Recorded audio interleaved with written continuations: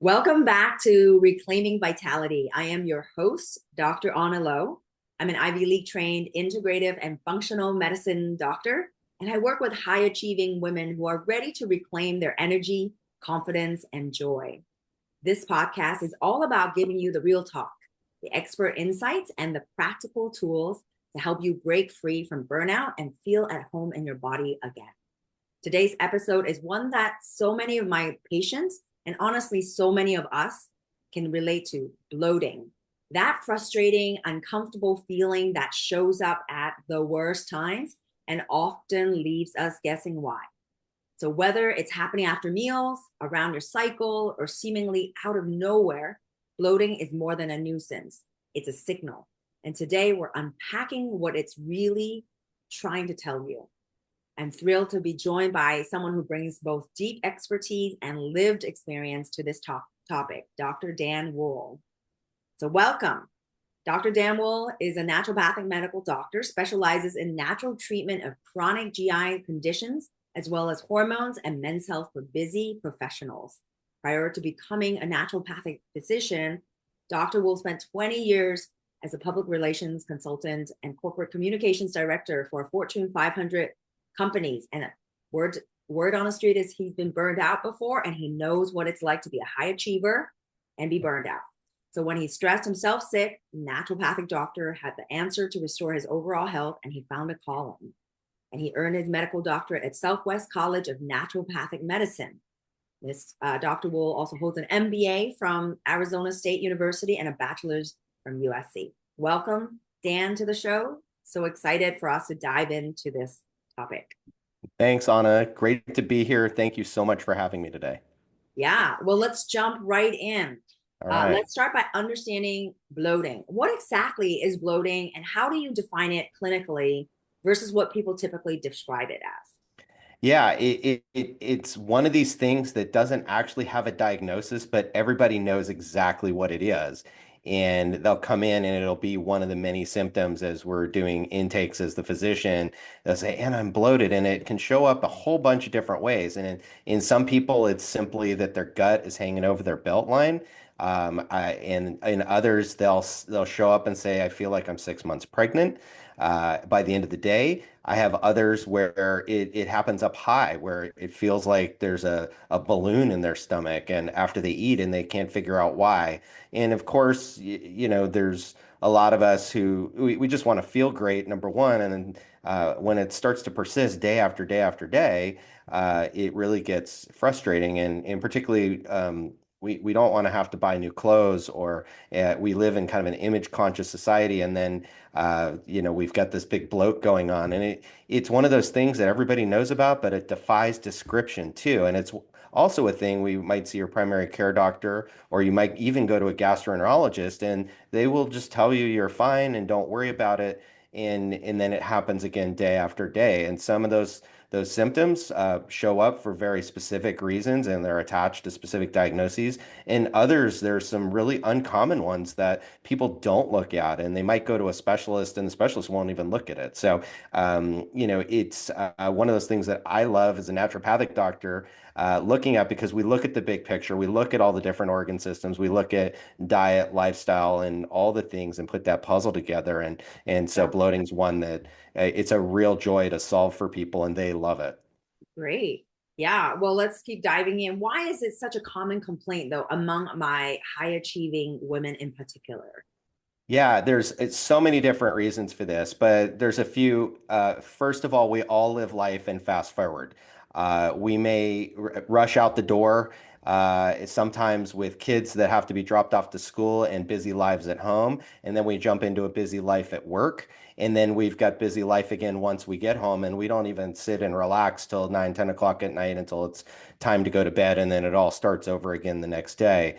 So when we live life and fast forward, we're actually living against our original factory settings, our original design as human beings. So if you kind of walk it back, whatever, 200,000 years, we didn't have computers. We didn't have carpool to drive. We didn't have, jobs that required sitting at a desk all day long. We didn't have to hurry to eat food. We were all just laughing and playing and weaving baskets on the savannah and hunting for roots and tubers. So I joke a little bit there, but really we're in a rest and digest parasympathetic nervous system mode 99.999% of the time.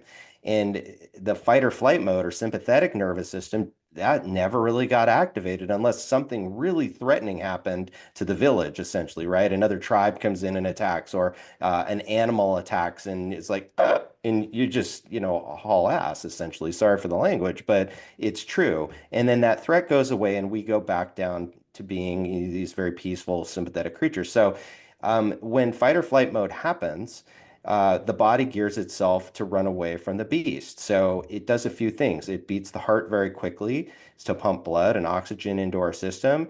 It opens the lungs so we get more oxygen, and it pokes adrenaline, which starts to drip cortisol out of our liver. That's stored sugars. They get melted down like rock candy, and they start getting shoved into our muscles and brain so our brain can be sharp and our muscles can run away.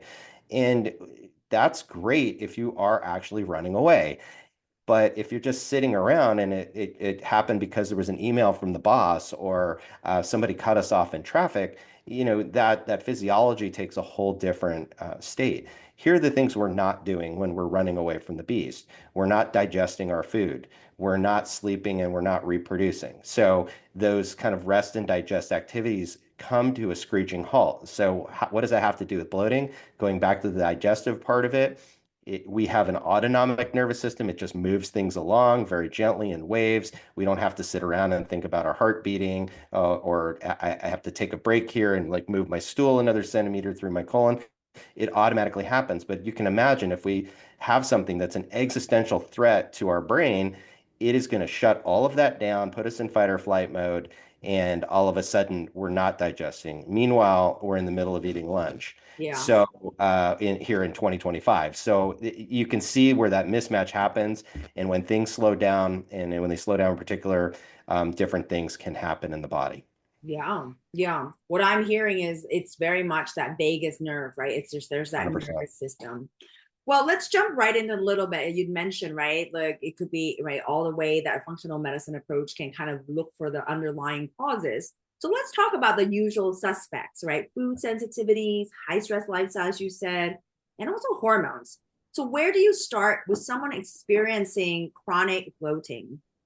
Absolutely. Well, first we run a battery of functional tests, and it usually takes some time to get those back. So some of the other diagnoses and causes we'll get into, sometimes those will punt a little bit. But the first thing I do is a very thorough interview. I want to know what somebody's lifestyle is like. So if they are living in fast forward, and we can help slow them down, and it might be something as simple as going back to eating in a sensual way. I always think of like Thanksgiving dinner where everybody's buzzing around, and all of a sudden we come to a screeching halt when the food gets on the table. Everybody takes a breath, they sit around, the food's sitting there, we're smelling it, we can't wait to eat it, and we might stop and have a prayer, or go around the table and say what we're thankful for, and everything comes to a halt. We completely change our state from fight or flight to rest and digest. But most of us aren't eating every meal like Thanksgiving dinner. So we look at functional things like that. How can we help people slow down? And that's something that can help in those couple weeks till we get the labs back and say, well, let's make sure that everybody is safe and stable and that they don't have a dysfunction of motility. That's pretty rare actually, but we'll test for those things. The other thing is so the eating too fast, for example, is part of that. We gulp down air, and then that air can create like an upper GI bloating. Now, what I'm doing in my head when I'm talking about this with patients is trying to separate things like what is an upper GI bloating and what's a lower GI bloating, and also like what conditions are we really dealing with here.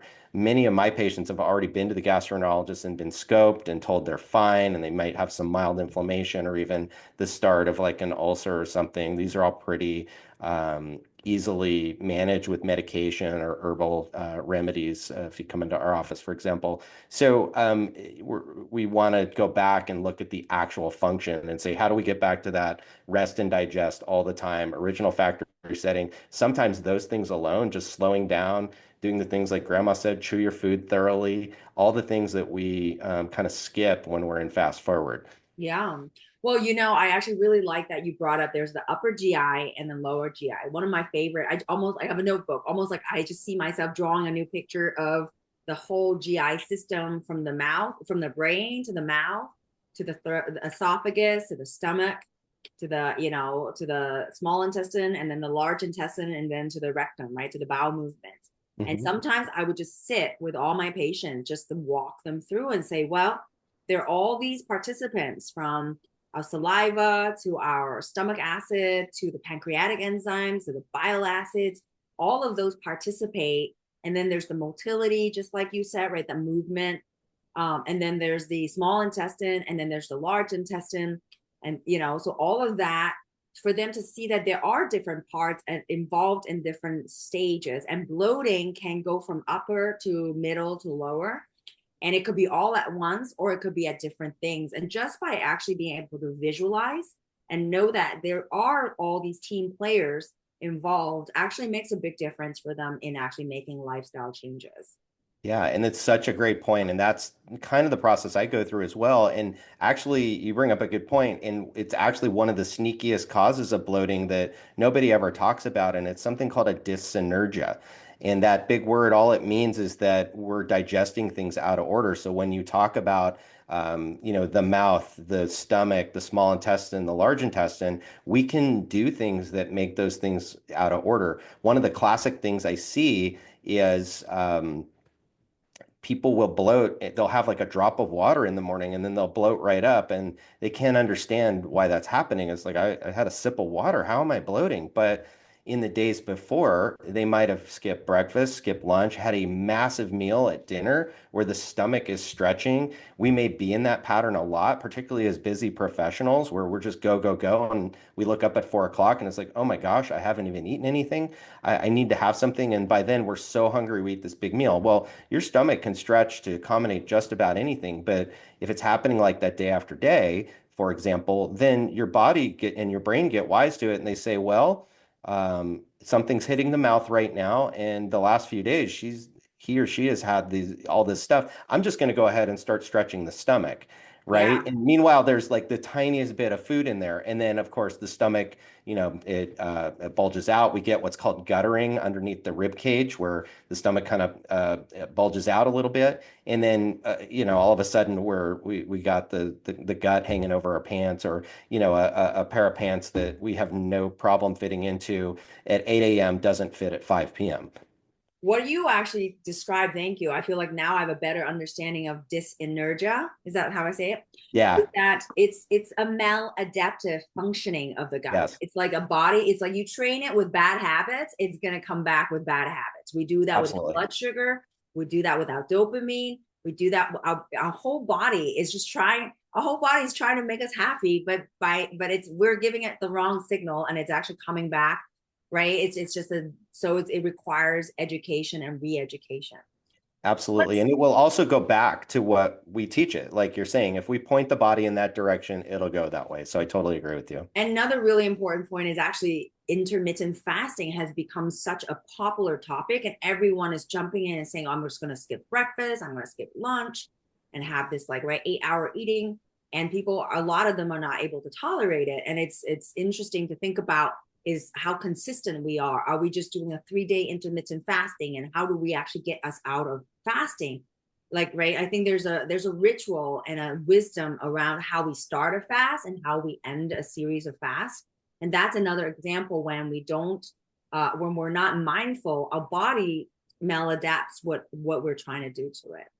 Yeah, I see a lot of that dyssynergia actually with intermittent fasting because people do it incorrectly, all with the best of intentions, like you're saying. Um, instead they'll say, "Oh, I'm intermittent fasting," but really what they're doing is they're skipping meals and then having this one giant meal. But that's not the right way to intermittent fast. So when we talk about that, we want to eat in a certain window. It just means get all your calories that are required in the day during a certain window. It's usually an 8 hour window. So you would say, stop eating around 7 p.m. and then, you're not eating until like 11 a.m. the next day. That's not skipping breakfast. That just means your first meal or the first amount of calories you're getting is at 11 a.m. You've got 16 hours to let your cells reset. It's a really beneficial thing. But if you're just gulping everything down all in one fell swoop at the end of the day, then we start to risk these dyssynergias and bloating and the intermittent fast, which many people do for weight loss reasons or for energy reasons, we start to work at odds just due to that maladaptation, like you're saying. So it's very important to pay attention to professionals who know these things, functional doctors like us, for example, and who can help somebody walk through this correctly so that these things don't happen. Yeah, absolutely. I feel like intermittent fasting get lost in translation Yeah. most often currently, uh, especially from information from the internet and or people doing DIY. Let's talk about other causes. How do you explain, certain medications or antibiotics can impact your gut function long term, or maybe even just hormones like low progesterone or hormone imbalances? How do those come into play? Yeah, I alluded to the low progesterone one earlier. Progesterone's a really interesting hormone.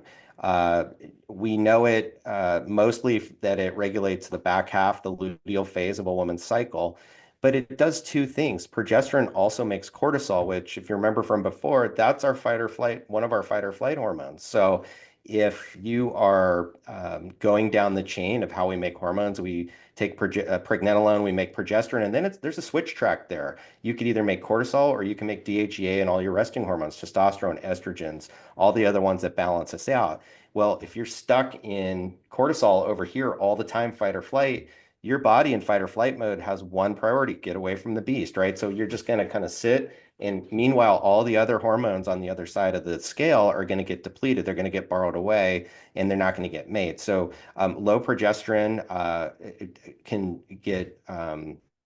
can go low for a couple of reasons. One is just stress. So our busy professionals, they run into something called a pregnenolone steal, which is what I just described.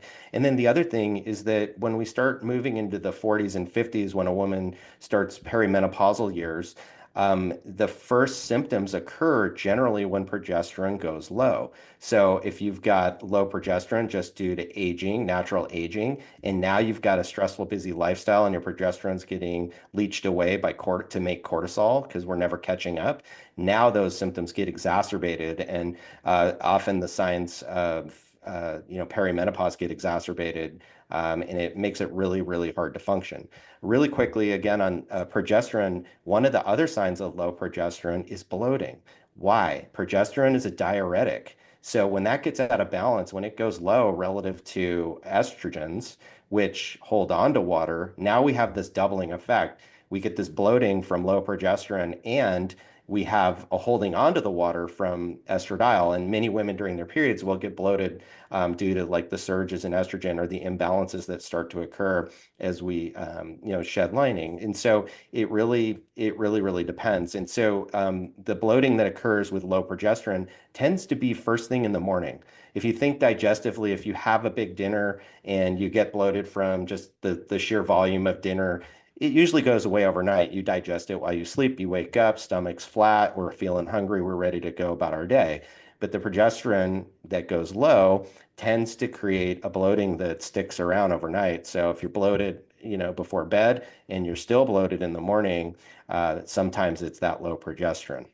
Yeah, and to give perspective around progesterone and hormones too, when you have low progesterone, there's also right irregular periods, irregular Mhm. cycles, or in comparison to estrogen, like you say, it's there to balance estrogen to keep estrogen symptoms in check. So people who have low or fluctuating progesterone, both from stress or from just natural aging, is that they would have estrogen dominant symptoms like headaches or breast tenderness or just moods.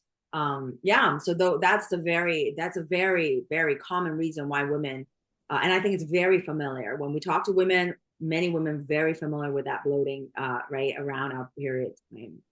Um, are there something that often gets overlooked or misdiagnosed for bloating? I think people are coming around to something called a small intestine bacterial overgrowth or SIBO, or and that the concept there is that we have microbes that are beneficial in our small intestine. Our the sphincter that holds it's basically the doorway between your small and large intestine gets lax somehow, and then those bacteria get swept up where they don't belong, and they party like minions, and they off gas things, and we get a bloating from that, and that can spin off all kinds of symptoms. So that's been flying a lot under the radar. I think it's a really common diagnosis and a diagnostic technique, which is through a breath test among functional practitioners, because gastroenterologists haven't really gone there 100% yet. They believe if they could scope it and see it, they'll probably be able to diagnose it, and they're not wrong. And that's the process that most people go through. They'll go to their doctor, they'll get sent to the specialist, they'll get imaging, and then they're told they're fine, and they're kind of don't know what to do after that. And SIBO is in the realm of like a functional practitioner where somebody's looking for help from there, and it's a pretty easy diagnosis. But what I see with SIBO is it comes back recurrently, and so while it's a great diagnosis, it's not necessarily a root cause. And that's where we have to go underneath and say, all right, well, is this hormonal? Is this functional? Is it, just due to lifestyle? And I would say at least half or better, it is that kind of, social and lifestyle piece where it's just, again, I was there myself as busy professional life and fast forward, and us just trying to do our best for our families and not really pausing to take a break and, self-care. Yeah. Speaking of bloating and SIBO, actually, personally, I've experienced it. And the way I found it was twice a year I would go to a yoga retreat, and it's a vegetarian retreat, and they would have a khichdi, which is mung beans and rice. And I would just not know for years. I would go and I would just eat it because it's just so nourishing. You've been exercising all day. And I would have this big, nice bowl of it and just very nourishing, but then I would not be able to sleep. I would just have just Yeah. gas pain and bloating and just feel wretched. And then it was years later that I really, but then when I, go back to regular life, it starts getting better, and it will, we recover. That I realized I probably have some level of that bacteria, overgrowth, but then I later on tested with a breath test, and I definitely had that. But it's the food that actually triggers it, because the bacteria, you know, digests the food. It cannot digest the food, and then passing on the gas, and it just creates these. And for me, it was methane. Yeah. It just created such a discomfort and just severe bloating. So oftentimes, a big change of diet can trigger it, and also just it's also like specific foods and sugars really actually would exacerbate it. So Absolutely. Yeah, and yeah. it's super common. It's fairly easy to diagnose at this time. And then also pairing that up with taking a step back and, making a couple minor, dietary or lifestyle changes, it makes a massive difference so that it doesn't recur. Yeah. So outside of the breath test, what are some of your favorite tests, or that you found really helpful in the process if someone do need bloating evaluation outside of the kind of lifestyle changes, or just paying attention to eating and slowing down? What else would investigate if you want to look deeper? Yeah, the tests I generally run a big wellness panel, like we mentioned in the beginning, just to make sure that we're seeing thematic through lines. Typically, it's stress. Sometimes it's nutritional deficiencies like B vitamins, which kind of stop getting absorbed. They're the first ones to not get absorbed when the gut's inflamed. So we might see a lower normal reading or just a low reading on something like B12, and that's a really great clue to us. That's like, okay, we're dealing with an inflamed gut here, and then we can start to investigate things like SIBO, which can cause that sort of inflammation with the breath test. I'm a big fan for the upper GI bloating. Just usually the functional advice can solve the bloating. It's literally the slowing down, the chewing the food, getting back to original factory setting and how we're meant to do things. That solves bloating a lot. But I also look at things like you're saying, you mentioned certain sugars and certain foods. So we will do food sensitivity testing. This is different than food allergy. I think most people don't have food allergies, and I think the ones who know. A kid with a peanut allergy is going to go to the hospital, and the parents, know that they have it. If somebody gets a bee sting and swells up and has to go to the hospital, I know bees aren't food necessarily, but everybody knows they have a certain allergy. The wind blows, in the fall, and yeah, people are a mess. So allergies, I think most people have a good handle on. Sensitivities are a different immunoglobulin, one called IgG and one called IgA. Won't get into the weeds on that, but we can see if those are being irritated by certain foods, and we can run panels on that. And then we can see if certain categories of food come up and tailor a diet toward that, at least temporarily, just to remove the irritant. The body's really good, like we were talking about once we push in a direction or remove an irritant, it's really good about healing. And so we'll do that for 4 to 6 weeks. It's really helped to simplify the diet and make sure that people are getting nourished while eliminating these irritants, and that tends to make a big difference too. And then lastly, I will sometimes run a stool test. This is what we call like a census of the microbiome. We really know what all the bugs are there, at least the most important ones, and we can say, well, is there what's called a dysbiosis? Are they growing kind of out of whack with the rest of the colonies there?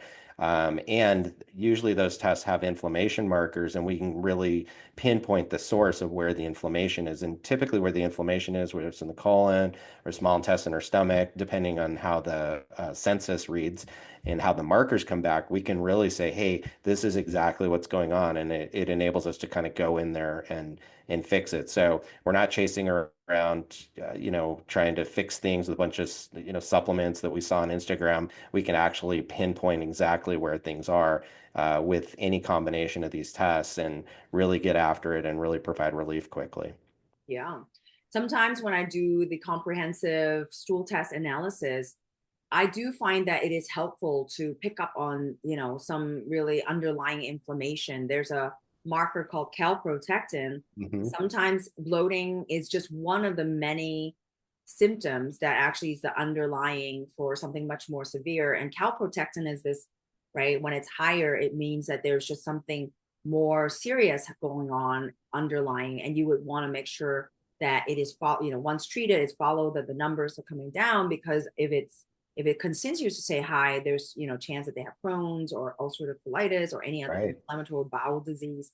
So it is actually, I think that the value of good testing is that it not only guides the treatment, it improves symptoms, but it also makes sure that we're not missing any big thing that is trying to tell us. Any Absolutely. other red flags that you want to make sure listeners are paying attention to when they're trying to do it your DIY versus Yeah. right versus like, okay, this is where I really need to go see a doctor sooner. Yeah, I mean, and it's exactly the things that you're saying. Like we have to, for all of the functional talk that we have, we need to keep people safe and stable. And, there is pathology associated with this sometimes. Crohn's, colitis, diverticulitis, the pain from these is generally enough to send you to the hospital or to urgent care, and you should go. It's really important. We're a grin and bear it society, particularly when we get really busy and we have things to do and we have responsibilities. We'll just gut through it. Pardon the pun, but it's true. Yeah, I We'll was we'll, gonna. we'll gut it out, And sometimes that's not advisable. If you're having pain, go to the hospital. Worst case scenario, they say it's gas and you're in good shape and they've run all the tests. That's really important, but you don't want to sleep on this stuff because it really can get very, very serious. Yeah, Um, I think and for me it's the weight, right? If there's weight loss, mhm. I think nausea is actually really interesting, because not by the time you're nausea, your body say don't eat. And it's Yeah, just really saying there's something and it going has a on reason. that it's just you do not want to put any more insult into the body. And so that's another really one that I pay attention to. And of Yes. course, if there's blood in the stool, or right, or like black Mhm. tarry stool, where I never understood because I've never seen tar, but it's just that black color, like rather than brown and black colored stool. Yeah. And Um, this is gross, but people should look in the toilet when they poop for the yeah, reasons that you're saying. it doesn't always get, the things we're talking about. I know it's gross and we're doing poop talk now, but it doesn't, blood and some of these issues don't always they're not always accompanied with pain. And it's really, really important this is so gross, I know, but like just take a look every once in a while. There are things like mucus that seem normal or oiliness that it might seem normal, but that's really a sign that something's up. And particularly if that's happening every day, that's really an opportunity to have a discussion with the doctor. Thank goodness those are private, and you're not going to be talking about poop with all your friends. But those are signs and symptoms of something that could be a little more serious going on, and you got to pay attention. Yeah. We always say, you choose, you chew, you cherish, and you check, right? You choose your food, you cherish your food, so you eat slowly, Love that. and you chew your food, but then you really check, especially the motility, right? Like if you're like, I just ate some corn and here's the corn, full peas, then you actually know that nothing's being digested, or you realize that was 3 days ago. So you also know that your motility is not working efficiently, because typically it takes 4 to 6 hours for food to really be a healthy digestion. So as we're ending, what you've shared so many good tips. I see that the stress response, the stress management, rather than and slowing down. Those are the ones I really hear. What would be one more? If you get one more slot for my listeners, our listeners, to really listen to, if they want to right away make impact to their bloating, what would you say it would? Um, I think the number one thing is really what we said up top. I hate to repeat myself, but slowing down, it really solves so many questions. Here's a really easy tip to know if you're going too fast when you're eating and if that is causing bloating or not. Put your fork down between bites. And if you find yourself, putting the fork down and being like anxious to pick it back up, like if I'm really hungry, for example, I will have the fork ready to go for the next bite. I think a lot of people do this as I relate these stories to my patients. For example, they're like, yep, that's me, 100%, eating in a hurry.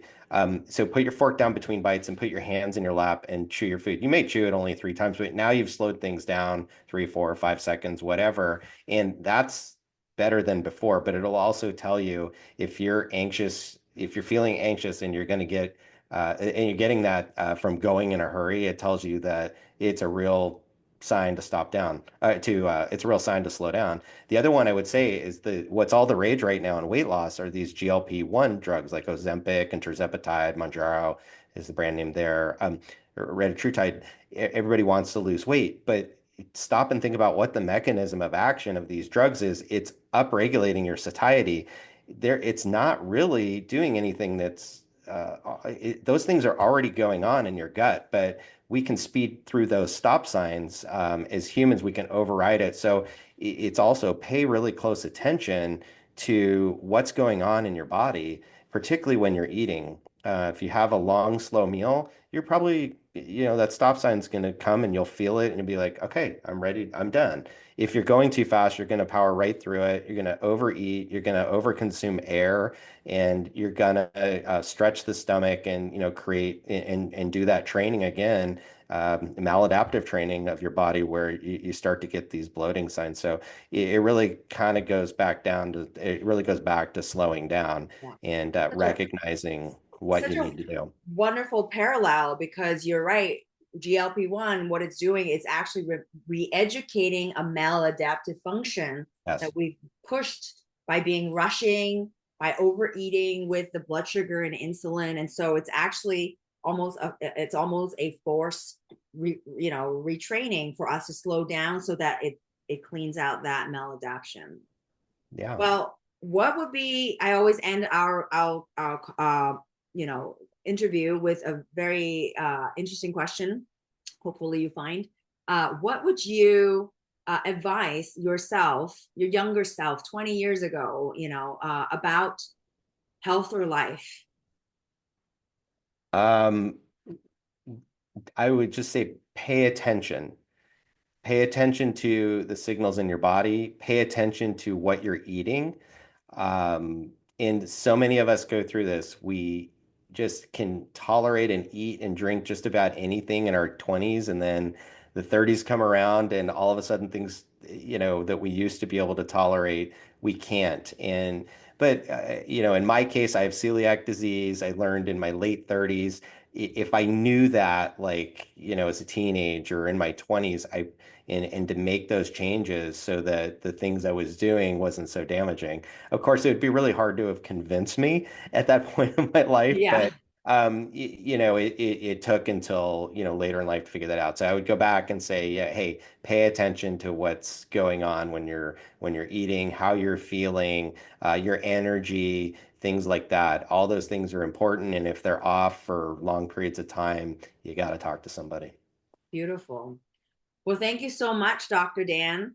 This has been a wonderful conversation. Bloating is such a hot topic, and we all have experienced it. We all see it in our patients. So thank you so much for your time today. And I am excited to have you come back on again in the future. Thanks again, Dr. Lowe. Appreciate it. Yeah, be well.